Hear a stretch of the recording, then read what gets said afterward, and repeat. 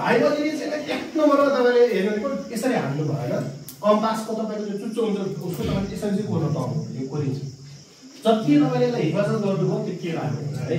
मैले टिचरको लागि कुरा गरेँ मैले स्टुडेन्टको लागि कुरा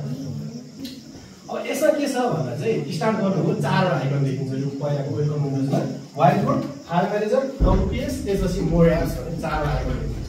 तपाईँले कहीँ पनि नजानुहोस् टिचरहरूलाई मैले भने तपाईँ कहीँ नजानुहोस् सिधै आउनुहोस् बोर्डमा हेर्नुहोस् है बोर्ड आइसकेपछि यसको चाहिँ डिफल्टमा कस्तो बस्छ भन्नुहुन्छ भने चाहिँ यो बोर्ड चाहिँ यसरी बस्दिन्छ ल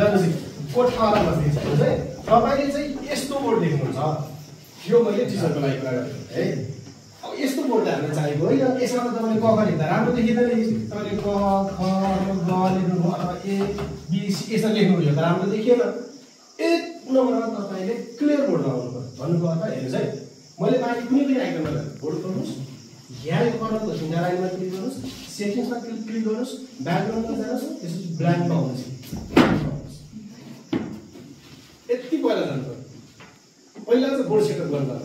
अब चाहिँ फेरि यतिकै बस्दिन्छ तपाईँको मेरो विचारमा उता पनि यस्तै कुनै कोठा बस्दिएको यो बस्दिएको है अब चाहिँ के गर्नुहुन्छ ब्ल्याङ्कमा आउनुहुन्छ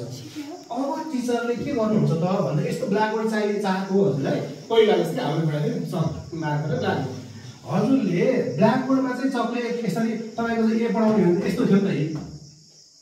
ब्ल्याकबोर्डमा पढाउनुहुन्छ अब अहिले तपाईँले प्र्याक्टिस गर्नुभएको भनेको व्हाइट बोर्ड हो होइन व्हाइट बोर्ड हो यहाँ जानुहुन्छ तपाईँको कालो मार्कर चुज गर्नुहुन्छ तपाईँको होइन यहाँबाट तपाईँले चाहिँ चुज गर्नुहुन्छ चुज गरेपछि अहिले पढाउनु भयो यस्तो होइन है उ त्यो व्हाइट बोर्ड अनि मार्क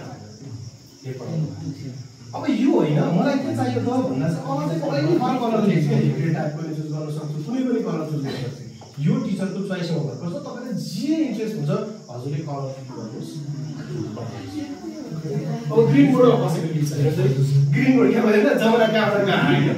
ब्ल्याक बोर्ड थियो त्यसपछि व्हाइट बोर्ड राम्रो हुन्छ भने यही सिस्टमले त्यसपछि तपाईँको होइन ग्रे बोर्ड भन्छ अहिले थिए सिस्टम आयो अबको बच्चाले होइन म ग्रिन बोर्डमा पढाउँछु भन्नु नि पाइँदो रहेछ नि त यो चाहिँ टिचरले यसरी सेटअप गर्नु है मैले हजुरले सेटअप गर्न सिकेँ अब हजुरले सिकाउनुहुन्छ हेर्नुहोस् है अब तपाईँले पढाइसकेपछि हजुरले के कुरा याद गर्नु पर्छ भने ठ्याक्कै यो चाहिँ मैले पहिला भने यो यहाँ यो मेनुमा एउटा आइकन छ क्या यस्तो टाइपको आइकन छ यस्तो भन्ने आइकन छ यो आइकनले चाहिँ के गर्छ त भन्नुहुन्छ कि धेरै मान्छेले लेख्न मिल्छ यो भनेको चाहिँ एकैचोटि तपाईँले 20 जना मान्छेलाई लेखाउनुहुन्छ भने पनि यहाँ लेख्छ भनेर त्यसरी लेख्छ क्या यो हामीलाई चाहियो एकजना एउटा बजाउ गराउनु यो चाहिँ किन चाहिन्छ भन्नुहुन्छ भने चाहिँ यदि तपाईँले यहाँ चाहिँ हेर्नुहोस् है यदि तपाईँले चाहिँ यदि हजुरले चाहिँ तपाईँको 3 जना बच्चालाई यदि यहाँ लेखाउनुहुन्छ भने चाहिँ तपाईँले यसलाई अन गर्नुहुन्छ हेर्नुहोस् है 3 जना यो रामसा यो हरि 3 जना भन्दा बढी त लेख्न सक्दैन त स्क्रिनमा स्क्रिन सार्छ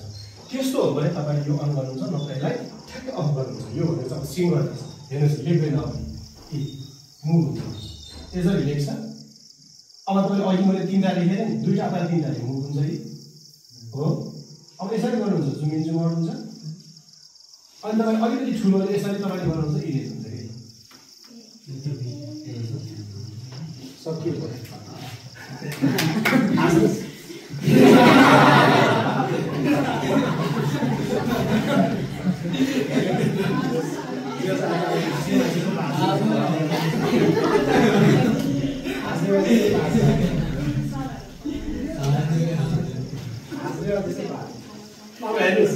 टिचरले यति चाहिँ पहिला चाहिँ एक्सप्लेन गर्नुहुन्छ तर यदि हजुरको यो अन छ तपाईँले एउटा लेख्नुहुन्छ है यो लेख्छ ठिक छ इरेज तपाईँले यसरी अलिकति ढाकै गर्नुभयो इरेज भयो अब मुभ हुँदैन मुभ भएर जुम इन जुम आउट हुँदैन हामीलाई 4 वटा कुरा छ यसले 4 वटा फङ्सन दिन्छ होइन फेरि भने यसलाई अफ गर्नुहुन्छ त्यसपछि तपाईँले के गर्नुहुन्छ यसलाई अफ गर्नुहुन्छ गरिसकेपछि यो लेख्ने भयो यो मुभ भयो 2 टा अथवा 3 टा पिन गरेको मुभ भयो यसरी जुम इन जुम आउट भयो तपाईँले यस्तो गर्नुपर्ने हुनसक्छ तपाईँको इमेज कन्टेन्टहरू हुनसक्छ टेक्स्टहरू हुनसक्छ अर्को कुरा चाहिँ तपाईँको ठुलो हेर्नुहोस् है ठुलो पनि ढ्याक्कै गर्यो यस्तो छड्के तड्के गरेर पाइँदैन यस्तो गर्नु सिधा तपाईँको ढ्याक्कै यसरी तपाईँले चाहिँ प्र्याक्टिस गर्नुपर्छ आएन भने यसरी यसरी अथवा यो पार्टले अलिक ठुलो यो चाहिँ टच हो यसले लेख्ने भनेको चाहिँ यसले चाहिँ आउँदैन अलिक ठुलो यसरी गर्छ भन्नाले यसले 4 वटा काम गर्छ एउटा भयो 2 टा भयो 2 टा फङ्सन्स भयो त्यसपछि तपाईँको 3 टा फङ्सन्स भयो अनि त्यसले 4 फङ्सन गर्छ। हेर्नुहोस् है त्यति चाहिँ टिचरलाई थाहा हुन्छ यति मात्र पुग्यो। अब हेर्नुहोस् अलि छिटो गरौँ छिटो गरौँ भनेपछि तपाईँ टिचरहरूसँग सरहरूसँग कति टाइम मागिन्छ तपाईँले नै भन्नुहोस् कति 1 घन्टा ल तपाईँले मैले 60 मिनट बनाउँछु ल त्योभन्दा बढी लिनु हेर्नुहोस् है।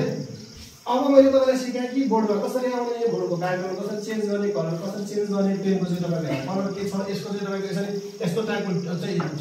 मल्टी तपाईँको चाहिँ टचसँग चाहिँ यसले कसरी सिङ्गल टच गर्ने यति मात्रै जान्नुहुन्छ नि क्लासमा अहिले त बोर्ड। अब योभन्दा अगाडि एक कुरा चलाउनु पऱ्यो भने चाहिँ मैले स्टार्ट यहाँबाट गर्छु। हेर्नुहोस् न्यू ओपन सेभ सेभ यो बाइकको सपोर्टमा हुन्छ तपाईँले